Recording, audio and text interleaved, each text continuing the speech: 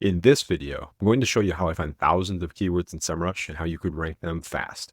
I've used this example before, and what I want to show you is if we are wanting to create content related to Shopify and keyword research, do a search for Shopify keyword research and then hit search. And this is a relatively specific search. I'll do some examples showing a more broad search where we can get some additional information and get actually hundreds or thousands of potential content topics. But this is a very specific search. And based on that, I was able to find the word or the phrase long tail keyword research for Shopify stores. And it only has 10 searches per month, but I've seen cases where you can create a piece of content that shows actually zero search volume or zero searches per month in Ahrefs or in Semrush or even in Google Keyword Planner.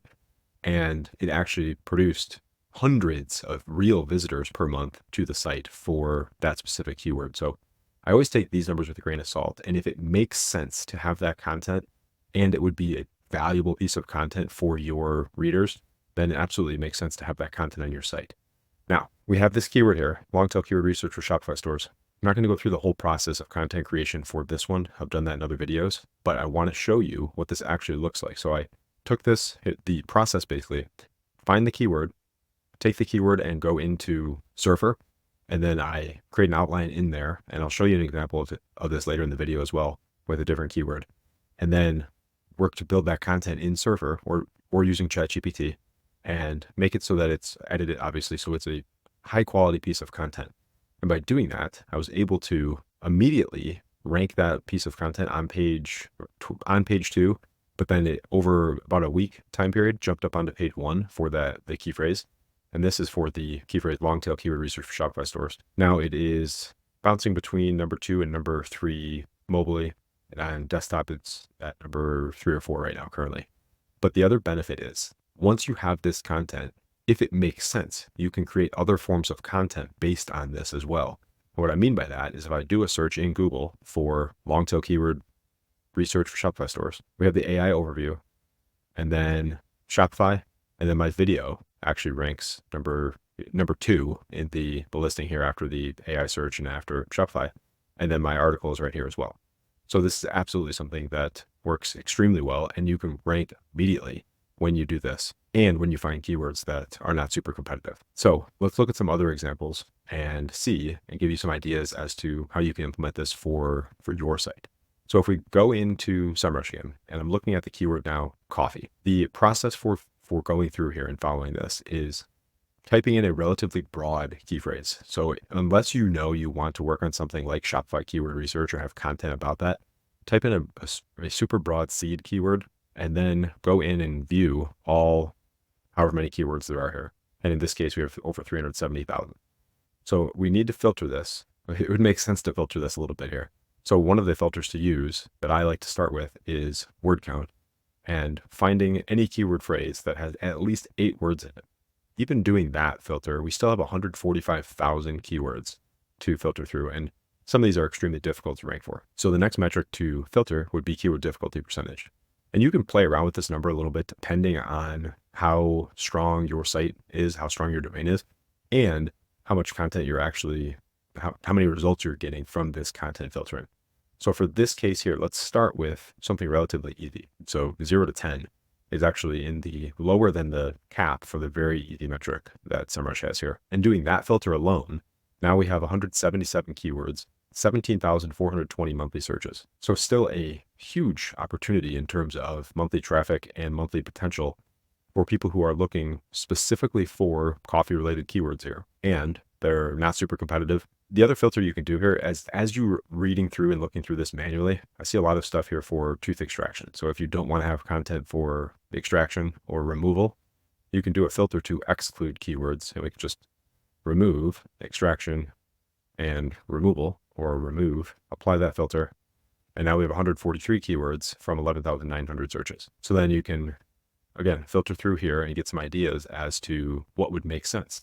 For this example, let's see if we could find a keyword that has to do with coffee stained teeth. So let's look for keywords with stain. See here how to get rid of coffee stains on teeth naturally. But we can also look for or do an article on how to get rid of coffee stains on teeth. For this case, I would take that key phrase and go to surfer and add in a keyword, like how do you remove coffee stains from teeth, the next thing to do would be to insert the outline and then write that outline. If you don't have Surfer AI credits, you can buy them and then have this article outlined and created based on all of these metrics in here, which is a really nice feature. But if you don't have Surfer AI credits, you can still insert the outline. So you click insert outline and it adds in the outline for this article based on all of these different keywords that are recommended to have in this piece of content. So then you can go and either manually write this if you're an expert on the topic, or take some of these category topics and use ChatGPT or some other AI content tool and have the content tool help you produce this content. And then, of course, edit it manually and make it so that it reads well and isn't just a bunch of AI automated garbage content. And then you take this piece of content, upload it to your site, and you can create other pieces of content from this then, like I showed you with my example. Now, this is one example of doing this. The next example, we'll do a fitness related example. So let's look for squat rack in keyword overview. Again, we can go into the question section here to dig into keywords that contain the seed or root keyword like squat rack, and then get questions for that, or look at all variations of the keyword that contain that. And we'll do that for this example here. So again, all keywords now that contain squat rack, 10,300 different keywords, and monthly search volume, 243,390. So let's do that filter again to get at least 8 words in the keyword phrase here. And now we're down to 794 keywords, 3,500 monthly searches. And then if we go to keyword difficulty, just do the very easy filter, 0 to 14%. And we're at 6 keywords, 520 searches per month. So this would be potentially some opportunities here. Wall-mounted squat rack with pull-up bar, if you have that product, obviously. And then some competitive terms here. How much does the bar weigh on a squat rack? So this would be a perfect example of a piece of content to either produce or have this as an FAQ section on a squat rack page, or a squat rack and bar, if you have that as a combo. And you can click on it to get a quick overview here as well and get some additional keyword opportunities. And in this case, how much does the bar weigh on a squat rack, and how much does the bar on a squat rack weigh? So you can word that either way, the same keyword, and get a quick idea as to the competitors who are ranking for this. So again, this could be a piece of content that you can write or have a small snippet on a page related to squat racks, and or create a short video about this as well. Now, let's say you wanted to have some additional content here and 6 keywords, or you write this piece of content and you want additional ones, then run this filter and do keywords that contain 7 words. And now you're up to 12 with 1,100 monthly searches, and you can filter through this list. And then you can just keep broadening the search a little bit, 6 phrase keywords up to 41, 5, and we're up to 125. Now, the one other metric you can look at and filter through here, if your site is a little bit stronger, you're not a brand new website, then you can broaden this filter here too and look for keywords that are in that easy bucket instead of a very easy. But I would recommend, instead of just clicking easy, to go from 0 to 30 or 29 in this case, and so you include the very easy keywords as well. And now you're at 207 keywords, 25,380 monthly searches.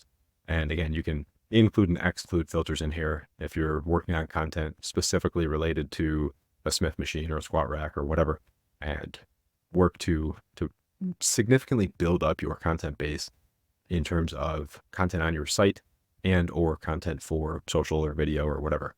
So that is the process I go through to find thousands of keywords.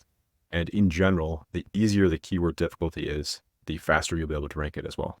Hopefully this was helpful and valuable for you, gave you some ideas and insight as to what you can do and how you can do keyword research for your site. And if you're looking for help, I'd be happy to help you with your keyword research process or SEO process. You can head over to latseo.com and fill out the contact form there. I'll do a quick audit for you and see how we can partner to help you with your SEO. And that's it. See you in the next one.